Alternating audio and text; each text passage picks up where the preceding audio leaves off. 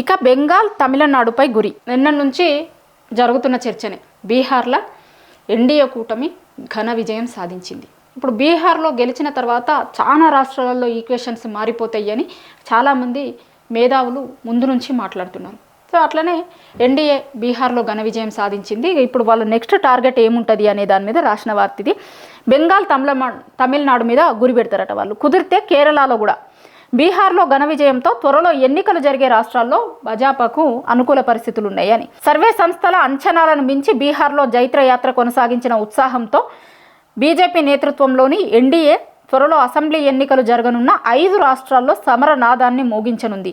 ఓటంలను గెలుపులను భారీ విజయాలుగా మార్చుకోవడంలో తమకు ఎవ్వరూ సాటిరారని బీహార్ ఫలితాలు చెప్పినాయి. ఈ గెలుపు వర్తమాన రాజకీయాల్లో ఎవ్వరూ ఢీకొట్టలేనిదిగా వాళ్ళు చెప్తురట. సో తాజాగా భారీ విజయంతో భాజపా వచ్చే ఏడాది అసెంబ్లీ ఎన్నికలు జరిగే అస్సాం, కేరళ, పుదుచ్చేరి, తమిళనాడు, పశ్చిమ బెంగాల్లోని రాజకీయ పరిస్థితులపై సగం పైచేయి సాధించినట్లే కనిపిస్తుంది. నిజంగా నిన్న నుంచి జరుగుతున్న చర్చ. ఇప్పుడు చాలా ఎగ్జిట్ పోల్స్ ఆడ ఎన్డీఏ కూటమి గెలుస్తుంది అని చెప్పారు. కానీ ఎగ్జిట్ పోల్స్ అంచనాలను కూడా తలకిందులు చేస్తూ వాళ్ళు ఇచ్చిన ఎగ్జిట్ పోల్స్ కంటే కూడా ఎక్కువ సీట్లు వచ్చినాయి, ఇంకా ఎక్కువ వచ్చినాయి. సో అది ఘన విజయంగానే అనుకుంటారు కదా. దాంతోనే ఇప్పుడు నెక్స్ట్ ఇయర్ 5 రాష్ట్రాలలో ఎన్నికలు జరుగుతాయి కదా, వాటిలో దాని మీద దృష్టి పెట్టిరట వీళ్ళు. తమిళనాడు, పుదుచ్చేరిలో కూటమిగా భాజపా ఆల్రెడీ బలంగా ఉంది. కేరళలో ఇప్పటివరకే అంతగా బలోపేతం కాలేకపోయినప్పటికీ ప్రతి ఎన్నికల్లో కూడా కమలం పార్టీలో వచ్చే ఓట్ల శాతం పెరుగుతుంది అట.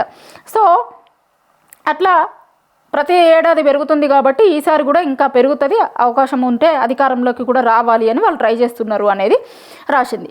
29 ఎన్నికలకు ముందు జరిగే అన్ని అసెంబ్లీ ఎన్నికలపై గట్టిగా పట్టు సాధించేందుకు భాజపా పనిచేయడం ఖాయంగా కనిపిస్తుంది. దాంతోపాటు 26ల అస్సాం, పశ్చిమ బెంగాల్, తమిళనాడు, పుదుచ్చేరి, కేరళలో అసెంబ్లీ ఎన్నికలు జరగనున్నాయి. అస్సాంలో ఇప్పటికే భాజపా పాలనలో ఉంది. పుదుచ్చేరిలో ఎన్డీఏ ప్రభుత్వమే ఉంది. గత 2 అసెంబ్లీ ఎన్నికల్లో గట్టిగా ప్రయత్నించిన పశ్చిమ బెంగాల్లో పాగా వేయలేకపోయిర్రు. సో ఇప్పుడు బీహార్లో గెలిచిన దాంతో అక్కడ కూడా గెలవాలి అనే దాని మీద చూస్తుర్రట. తమిళనాడులో క్రమంగా బలం పుంజుకుంటుంది. సో అక్కడ బలం పుంజుకుంటుంది కాబట్టి డిఎంకే ప్రభుత్వాన్ని ఓడించేందుకు కమలం పావులు కదులుతుంది అని. అట్లనే అస్సాంలో పరిస్థితులు ఎట్లా ఉన్నాయి, కేరళలో ఎట్లా ఉన్నాయి అనే దాని మీద రాసిరు. 27లో ఎన్నికలు జరిగే గుజరాత్, హిమాచల్ ప్రదేశ్, గోవా, మణిపూర్, పంజాబ్లల్లో విజయాలు సాధించాలి అంటే ఏం చేయాలి అనే దానికి నెక్స్ట్ ఆంధ్రప్రదేశ్, ఒరిస్సా ఇట్లా రాబోయే రోజుల్లో ఎన్డీఏ గూటికి మరిన్ని ప్రాంతీయ పార్టీలు రావడానికి తాజా ఫలితాలు దోహదపడుతున్నాయి. నిజంగానే ఇప్పుడు 2029 ఎన్నికల కంటే ముందు ఇప్పుడు నిన్న బీహార్దైంది, ఇంకొక 5 రాష్ట్రాల ఎన్నికలు ఉన్నాయి. 5 రాష్ట్రాలల్లో 2 ఆల్రెడీ ఎన్డీఏ కూటమినే అధికారంలో ఉంది. ఇంకా 3 మీద కాన్సన్ట్రేట్ చేయాలి. ఆ 3 వెస్ట్ బెంగాల్ వీళ్ళు ఎప్పటి నుంచో చూస్తురు, ప్రయత్నం చేస్తురు. గత 2 ఎన్నికలలో కూడా చాలా ఎక్కువ ఎఫర్ట్స్ పెట్టిరు, కానీ అక్కడ వాళ్ళ ఎఫర్ట్స్ కొంత పని చేయలే. కాబట్టి ఈసారి ఇంకా ఎక్కువ ఎఫర్ట్ పెట్టి అక్కడ గెలవాలి అనేది. ఎందుకంటే 2029లో జనరల్ ఎలక్షన్స్ వచ్చేటప్పటికి, పార్లమెంట్ ఎన్నికలు వచ్చేటప్పటికి అన్ని రాష్ట్రాలలో వాళ్ళు గెలిస్తే కనుక అది బూస్టప్ అవుతుంది కదా వాళ్ళకి నెక్స్ట్ ఎన్నికలకి.